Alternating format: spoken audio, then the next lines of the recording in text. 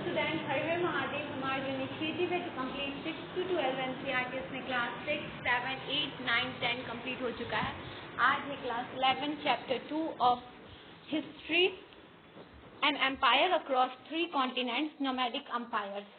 ठीक है, तो इसमें बताया जा रहा है इस चैप्टर में नोमैडिक एम्पायर्स के बारे में। ठीक है, देखो इसमें पहले क्या था कि जो रोमन एम्पायर था ना, वो स्प्रेड था वास्ट रीजन में। ये कहाँ कहाँ रोमन एम्पायर स्प्रेड था? यूरोप में था, वेस्ट एशिया में था, नॉर्थ अफ्रीका में था। ठीक है, ये रोमन एम्पायर का फैलाव था।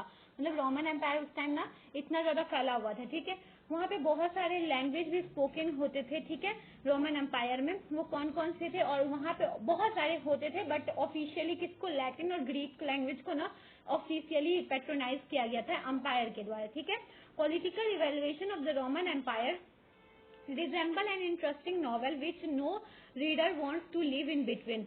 It divided into two parts, early empire and late antiquity.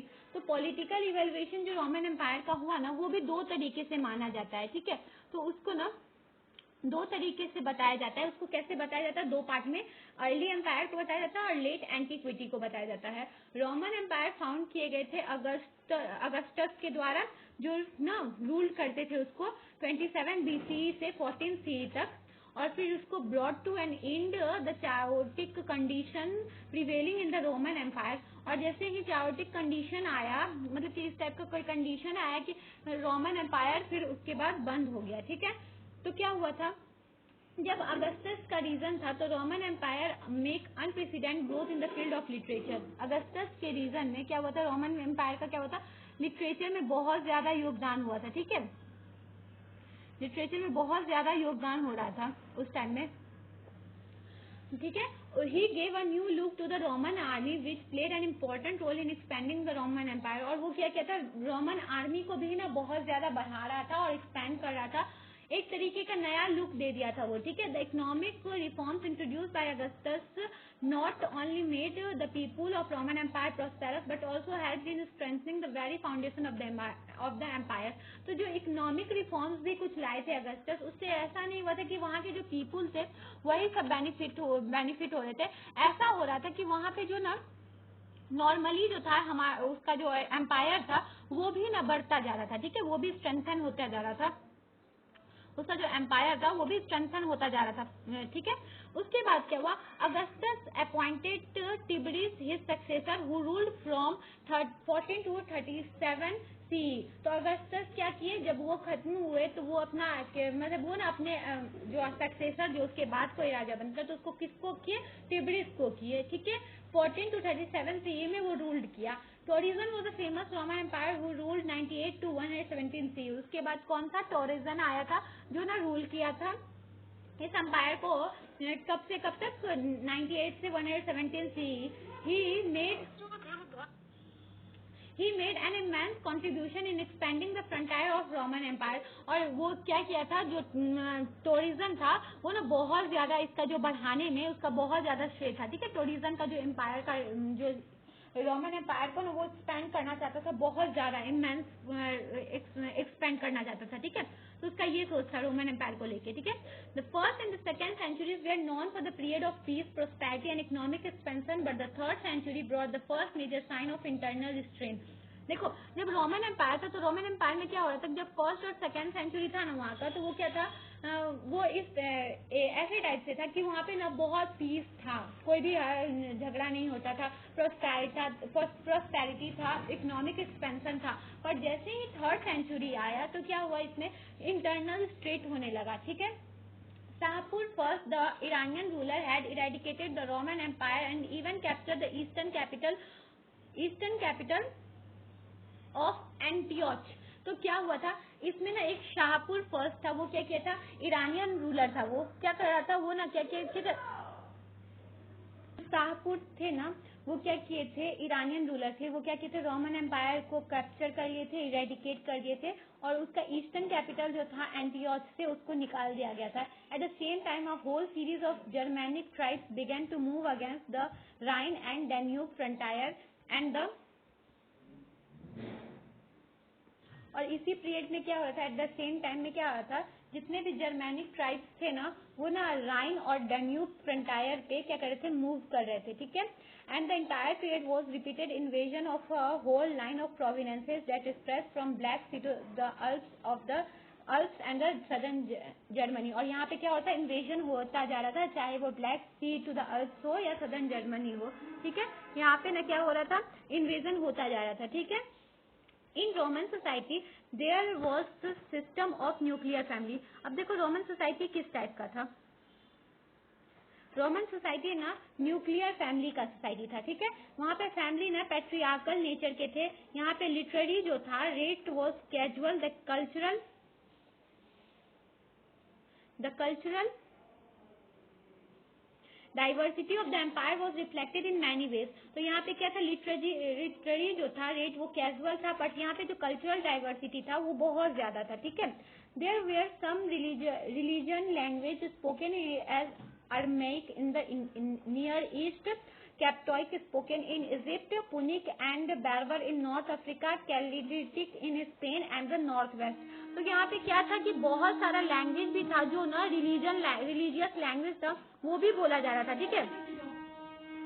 Religious language था जो बोला जाता था बहुत सारे एरिया में, ठीक है। जैसे कि अरमेइक बोला जाता था, अरमेइक नियर ईस्ट में बोला जाता था, कैप्टोइक इजिप्ट में बोला जाता था, प्यूनिक और बर्बर नॉर्थ अफ्रीका में बोला जाता था, ठीक है। तो ऐसा था कि यहाँ पे ना रिलीजियस तौर पे भी लैंग्वेज बोले जाते थे। Empire has a significant economic infrastructure of harbour, mines, quarries, brickyards, olive oil factories, etc. Production was traded and consumed in huge quantities and they came mainly from Spain. तो क्या होता था यहाँ पे इकोनॉमिक एक्सपेंशन भी, इस क्षेत्र में ना इकोनॉमिक एक्सपेंशन भी बहुत अच्छी तरीके से हो रहा था क्योंकि इंफ्रास्ट्रक्चर बन रहा था, चाहे वो हार्बर हो, माइन हो, क्वेरीज हो, ठीक है, माइन हो, क्वेरीज हो, ब्रिकयार्ड्स हो, ऑलिव ऑयल फैक्ट्रीज हो, ठीक है, ऑयल फैक्ट्रीज हो, ये सब क्या हो रहे थे, ये प्रोड्यूस हो रहे थे और ट्रेडेड हो रहे थे ह्यूज क्वांटिटीज में। और फिर ये कहाँ से आ भी रहे थे, स्पेन से आ रहे थे, ठीक है। तो इतना इकोनॉमिक एक्सपेंशन भी यहाँ पे बहुत अच्छी तरीके से हो रहा था, ठीक है। Roman people were polytheist and used to worship several gods and goddesses.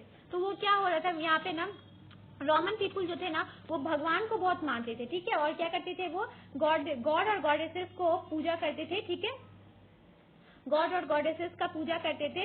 There popular deities were Jupiter, Mars, Juno, Minerva. और इनके जो पॉपुलर डिटीज कौन कौन थे जो मतलब कि भगवान जो पॉपुलर भगवान थे वो थे जुपिटर, मार्स, जूनो, मिनर्वा और इसिस, ठीक है। अब क्या हुआ था, one of the most important religious sect of Roman empire was Mithraism. और यहाँ पे जो सबसे इम्पोर्टेंट रोमन एम्पायर में जो रिलीजियस था वो कौन सा था, मिथेरिज्म था। The other popular sect Judaism was the worshipped by Jehovah. और जो भी अदर पॉपुलर जो सेक्ट थे वो जिहोवा के द्वारा वर्शिप किया जाता था। वो कौन सा पॉपुलर सेक्ट था, वो था जुडाइज्म, ठीक है। The Judaism considered Jehovah as the creator of the universe. तो जुडाइज्म में क्या सोचते थे कि जिहोवा ही ना क्रिएटर है पूरे यूनिवर्स का। Slave was a tradition in, और यहाँ पे स्लेवरी भी था, ठीक है। स्लेवरी का ट्रेडिशन भी वहाँ पे इस जो क्षेत्र में तो वहाँ पे हो रहा था, ठीक है। यहाँ पे स्टेबलाइज किया जा रहा था first century. The supply of slave tended to decline and the user of slave labour had to turn either to slave breeding. तो क्या हो रहा था, यहाँ पे स्लेव का जो मतलब कि जो दास दासी का ना जो प्रथा था वो भी चल रहा था, ठीक है। यहाँ पे स्लेव को रखा जा रहा था। The position of the slave in the Roman empire was very miserable. और जो पोजीशन था मतलब जो उनको रहने का जो कंडीशन था स्लेव सबका, दास दासी का, वो बहुत ज्यादा खराब था, ठीक है। They were force to work on the, they were force to work, कितना उनको फोर्स वर्क करने के लिए फोर्स किया जाता था कि ना 18 आवर्स अ डे में, ठीक है, 18 आवर्स अ डे वो सब वर्क करते थे। The late Roman aristocracy was extremely wealthy but not more powerful than the military leader who came almost entirely from non aristocratic background. तो लेट जो भी रोमन एम्पायर के थे ना वो क्या था कि अरिस्टोक्रेसी वो थे ना वो बहुत ज्यादा वेल्दी थे बट इतने पावरफुल नहीं थे कि जितने मिलिट्री लीडर को होना चाहिए था, ठीक है। Almost entirely from non aristocratic background. और ये सब किस बैकग्राउंड से थे, नॉन अरिस्टोक्रेटिक बैकग्राउंड से थे। The middle class was made a large mass of person connected with grand service in the bureaucracy and also with prosperous merchant and farmers in the eastern provinces. और जो middle class के people थे वो किस type के थे, वो bureaucracy में जुड़े हुए थे, ठीक है, वो प्रोस्पेरस मर्चेंट भी थे, वो फार्मर भी थे, वो कहाँ पे रहते थे, ईस्टर्न प्रोविंसेस में रहते थे रोमन एम्पायर का, ठीक है।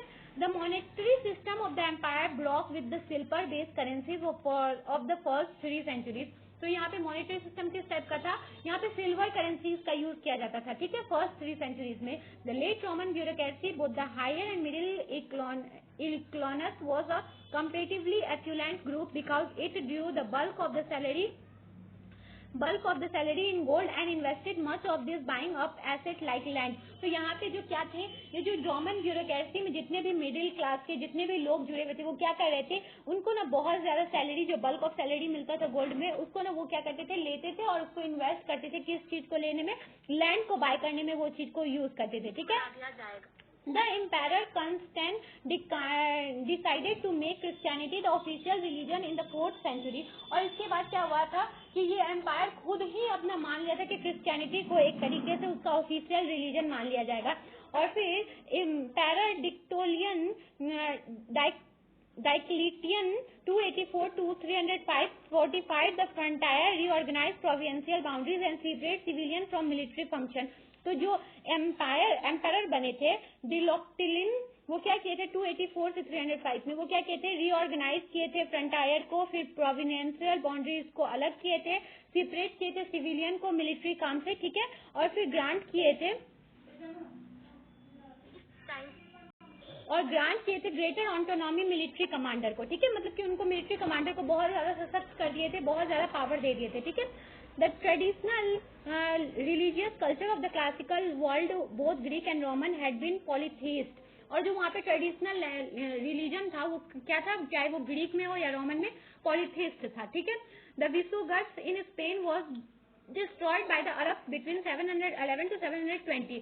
और जो विसिगोथ था ना स्पेन में, उसको डिस्ट्रॉय कर दिया गया था अरब के द्वारा 711 से 720 में।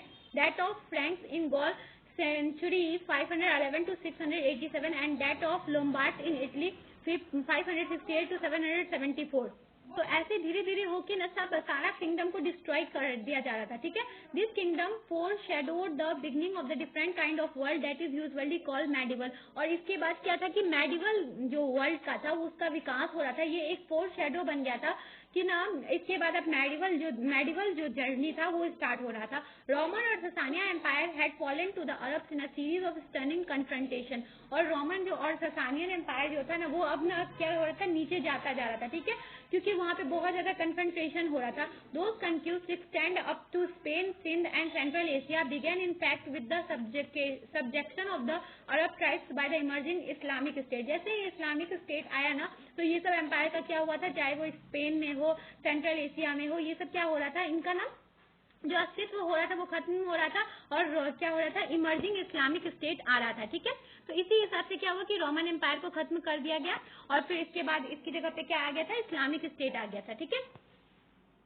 तो इसमें रोमन एम्पायर के बारे में बताया गया कि रोमन एम्पायर किस टाइप का था, वो कैसे स्टार्ट हुआ, उसमें कौन कौन से इकोनॉमिक रिफॉर्म थे, रिलीजियस किस टाइप का था वो, ठीक है, वहाँ का कल्चर कैसा था, फिर वहाँ के जो पीपल थे वो किस टाइप के थे, फिर रोमन एम्पायर कैसे खत्म हुआ और उसके बाद कौन सा न्यू एरा आया और इसमें कौन से जो जैसे कि इस्लामिक जो आया, इस्लामिक एरा आया और फिर उसके बाद कैसे हुआ कि रोमन का खत्म हो गया और इस्लामिक एरा उसका जगह ले लिया, ठीक है। देखो ये इम्पोर्टेंट है, ये रूलर बताया गया और इवेंट बताया गया, इसको एक बार पढ़ लेना है, ठीक है।